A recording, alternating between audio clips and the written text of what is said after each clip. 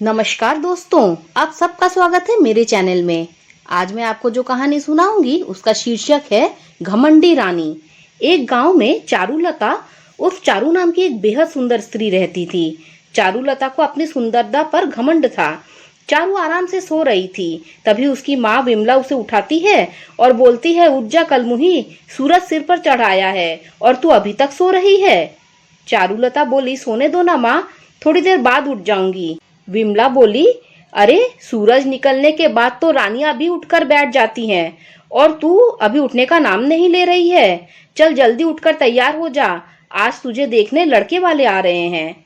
चारुलता बोली, कितनी बार कहा है माँ, मैं विवाह राजकुमार से ही करूंगी। विमला बोली, हाँ हाँ, तुझमें लाल जो जड़े हैं, अब उठ। चारुलता बोली, तुम उन्हें मना कर दो माँ। धीरे बोल कलमोही, अगर किसी ने सुन लिया तो 7 गांव तक कोई रिश्ता लेकर नहीं आएगा। उसकी माँ ने कहा। अपनी माँ के कहने पर चारू तैयार हो गई, अपने कमरे से बाहर निकल आई। उसने देखा एक बूढ़ी काली सी दिखने वाली औरत और एक बेहद गंदा दिखने वाला व्यक्ति बैठा हुआ है। चारू अपनी माँ से बोली, ये कौन है? विमला बोली, ये मोहनलाल है और उनकी पत्नी आशा है। इन्होंने तुम्हें अपने बेटे के लिए पसंद किया है। चारुलता बोली, पसंद करने से पहले मुझसे एक बार पूछ लेती, इनके शक्लें तो काली हैं। जब माता पिता इतने काले हैं तो इनका बेटा भी फटे आलू की तरह ही दिखता होगा।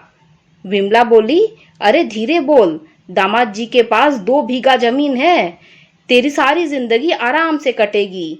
चारू बोली, मुझे नहीं चाहिए। चारू की बात सुनकर वो दोनों गुस्से से खड़े हो गए। मोहनलाल बोले, अरे इतनी बदतमीज लड़की नहीं देखी, हम क्या हैं आप बेइज्जती कराने आए हैं?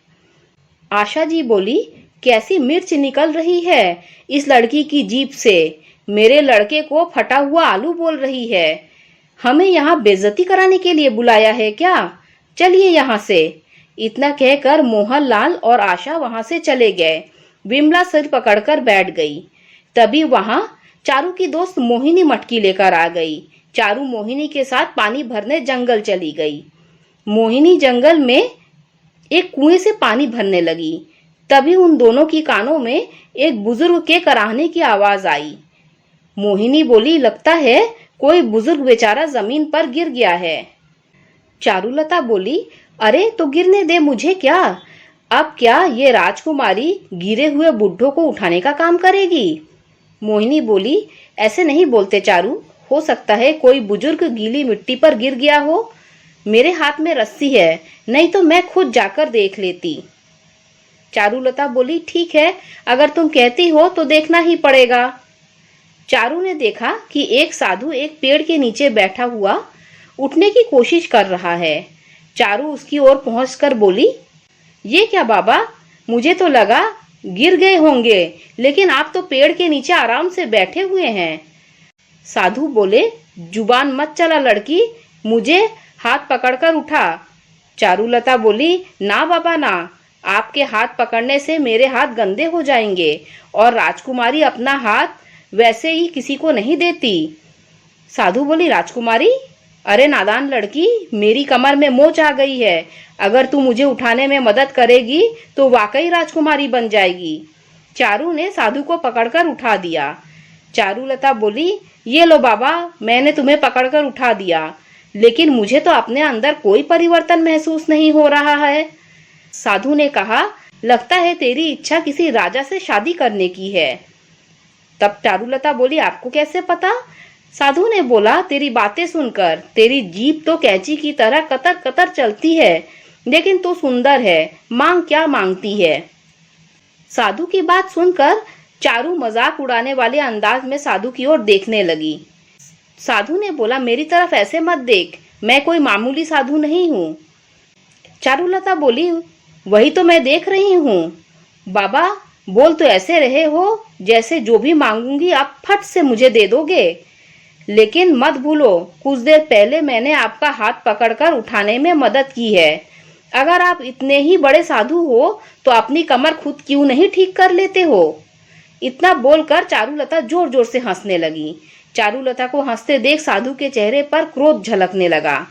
साधु बोले, कुछ बातें साधारण मानव के समझ के परे होती है। बेवकूफ कन्या, तेरी हंसी से मुझे क्रोध आ रहा है। बोल, क्या चाहती है तू? चारू हंसते हुए बोली, मैं अपना जीवन एक रानी की तरह बिताना चाहती हूँ। बोलो, क्या तुम मुझे ऐसा वरदान दे सकते हो? क्या तुम्हारा वरदान काम करेगा, या तुम्हारे दिए हुए वरदान का हाल भी तुम्हारी कमर की तरह ही होगा? साधु बोले, कुछ समय बाद इस राज्य के राजमहल में एक बहुत बड़ा स्वयंवर होने जा रहा है। बहुत से देशों के राजा उस स्वयंवर में हिस्सा लेने आएंगे और वहां पर बहुत ही सुंदर राजकुमारी भी अपने वर तलाशने राजमहल में आएंगी। तू स्वयंवर में चली जाना। तुझे देखकर कोई भी उन दूसरी राजकुमारियों को पसंद नहीं करेगा। सबकी नजर तुझ पर ही होगी। लेकिन जाने से पहले एक बार फिर से अपने फैसले पर विचार कर लेना। क्या तू वाकई ऐसा चाहती है? चारुलता बोली, कितनी बार बताऊं? हाँ, मैं वाकई राजा से विवाह करना चाहती हूँ और राजकुमारी बनकर अपने जीवन को व्यतीत करना चाहती हूँ।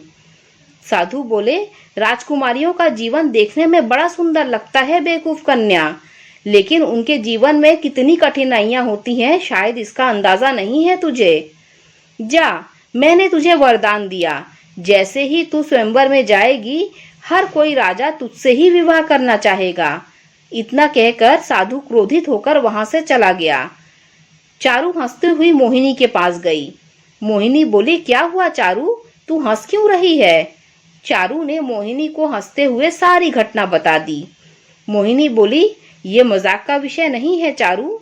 हो सकता है वो वाकई कुछ पहुंचा हुआ साधु हो। उसने तुझे वरदान दिया है। चारू बोली, पागल हो गई है क्या? उस साधु की कमर में मोच था, वो उठकर खड़ा नहीं हो पा रहा था। भला जो अपनी कमर का मोच का दर्द ठीक नहीं कर सकता, उसके दिए हुए वरदान का क्या भरोसा?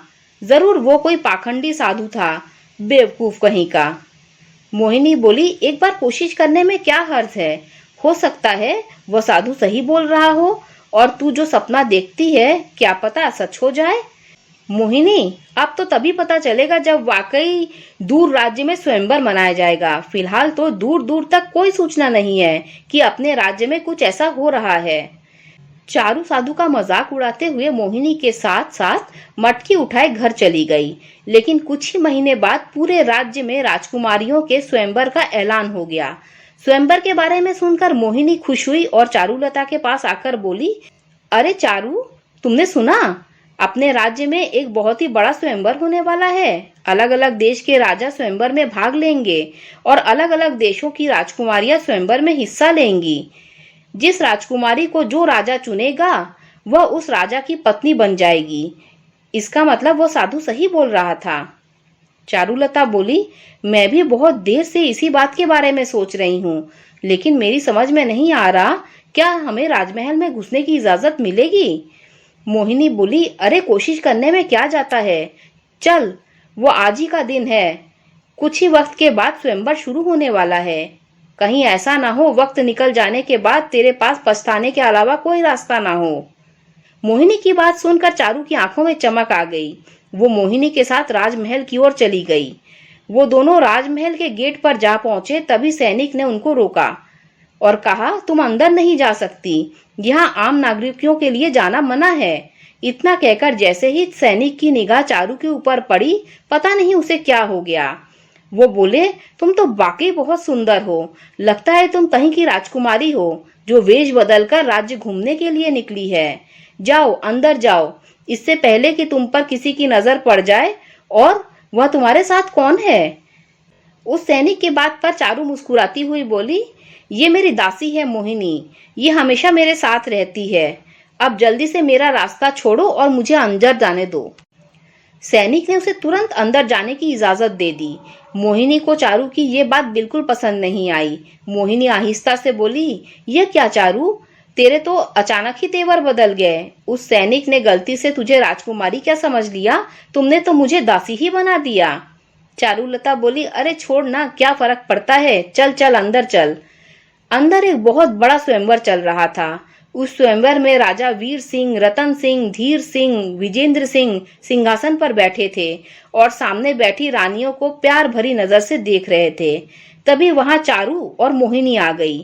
जैसे ही उन चारों की नजर चारू पर पड़ी तो वे चारों राजा चारू के रूप को देखकर मंत्रमुग्ध हो गए। वीर सिंह बोले, मुझे मेरी राजकुमारी मिल गई। ऐ सुंदरी, कौन हो तुम? तुम्हारा क्या नाम है? तो चारुलता बोली, मेरा नाम चारुलता है। वीर सिंह बोले, खैर तुम कोई भी हो, मुझे कुछ फर्क नहीं पड़ता, तुम ही मेरी रानी बनोगी। वहां पर बैठा हुआ दूसरा राजा रतन सिंह बोला, अपनी बात वापस लो वीर सिंह, मैं इस लड़की से विवाह करूंगा। मुझे इस लड़की की सुंदरता ने दीवाना बना दिया है। तो धीर सिंह बोले, बेवकूफ राजाओं, तुम्हारे सामने इतनी रानियां बैठी हैं, फिर भी तुम इस आम लड़की से विवाह करना चाहते हो? मैं हमेशा से ही आम लड़की से विवाह करना चाहता था, इसीलिए मैं इनसे शादी करूंगा। विजेंद्र सिंह बोले, अपने फैसले पर तुम एक बार गौर कर लो, इस लड़की से सिर्फ मैं शादी करूंगा। राजमहल में हाहाकार मच गया। चारों राजा एक दूसरे को मारने को उतारू हो गए। राजमहल के राजगुरु ये सब माजरा बहुत देर से देख रहे थे। वे क्रोधित होकर उन राजाओं से बोले, बंद करो अपनी बकवास, ऐसे तुम चारों राजा एक दूसरे का जान ले लोगे। मेरे पास एक उपाय है। वीर सिंह बोले, कौन सा उपाय? राजगुरु बोले, तुम चारों का विवाह इस लड़की से करा दिया जाए। रतन सिंह बोले, ये कैसी बात कर रहे हैं आप? भला हम चारों राजाओं की एक पत्नी कैसे हो सकती है? असंभव। राजगुरु बोले, हो सकती है, क्यों नहीं हो सकती? लड़ने से बेहतर है कि तुम चारों इस लड़की से विवाह कर लो। धीर सिंह बोले, अगर हम चारों इससे विवाह कर लेंगे तो मुश्किल हो जाएगी। हम चारों के राज्य अलग अलग हैं, ये किसके साथ रहेगी?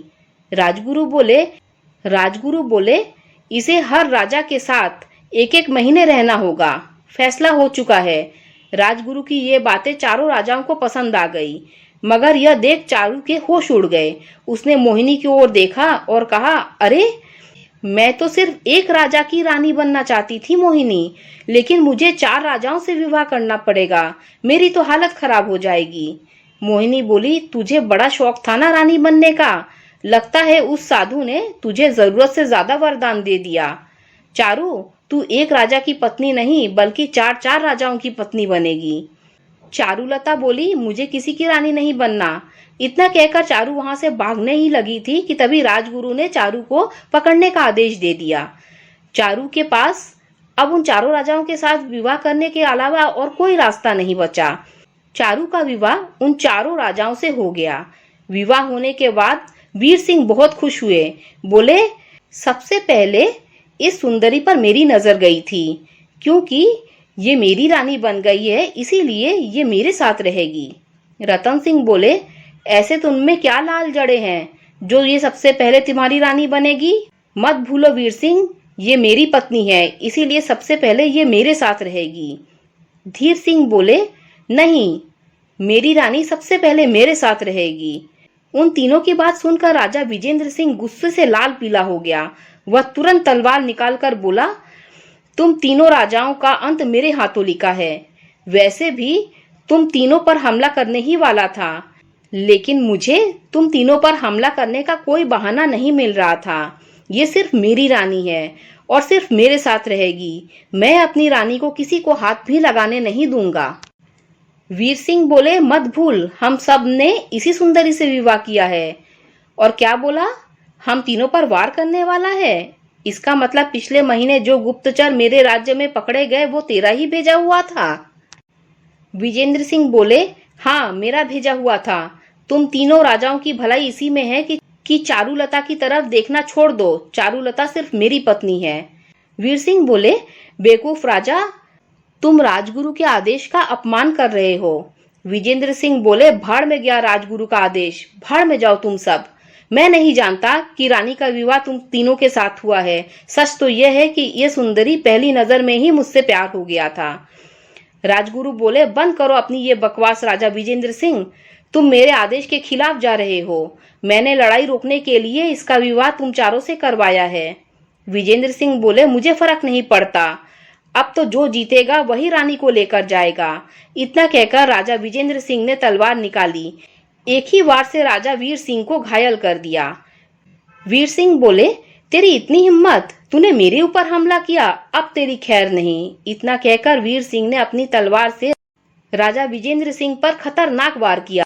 राजा विजेंद्र सिंह वहीं ढेर हो गए। वीर सिंह बोले, मैं राजा विजेंद्र सिंह को खत्म कर दिया है, अब रानी सिर्फ मेरे साथ जाएगी। तीनों राजाओं में भयानक जंग छिड़ गई।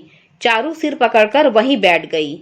मोहिनी बोली, ये राजा तो आपस में कुत्ते की तरह लड़ रहे हैं चारू, अभी भी मौका है, राजमहल से भाग निकलते हैं। कहीं ऐसा ना हो कि ये तीनों आपस में लड़ते लड़ते एक दूसरे की जान ले ले। अगर ऐसा हुआ तो इस राज्य में राजगुरु तुझे इसका दोषी समझेगा। यहाँ से अपनी जान बचाकर भाग। चारू नजर बचाकर मोहिनी के साथ राजमहल से भाग गई। वो सीधे घबराते हुए जंगल की ओर भागी। तभी चारू की नजर पेड़ के नीचे बैठे उस साधु पर पड़ी। चारू दौड़ती हुई उस साधु के पास पहुंचकर बोली, मुझे बचा लीजिए साधु महाराज।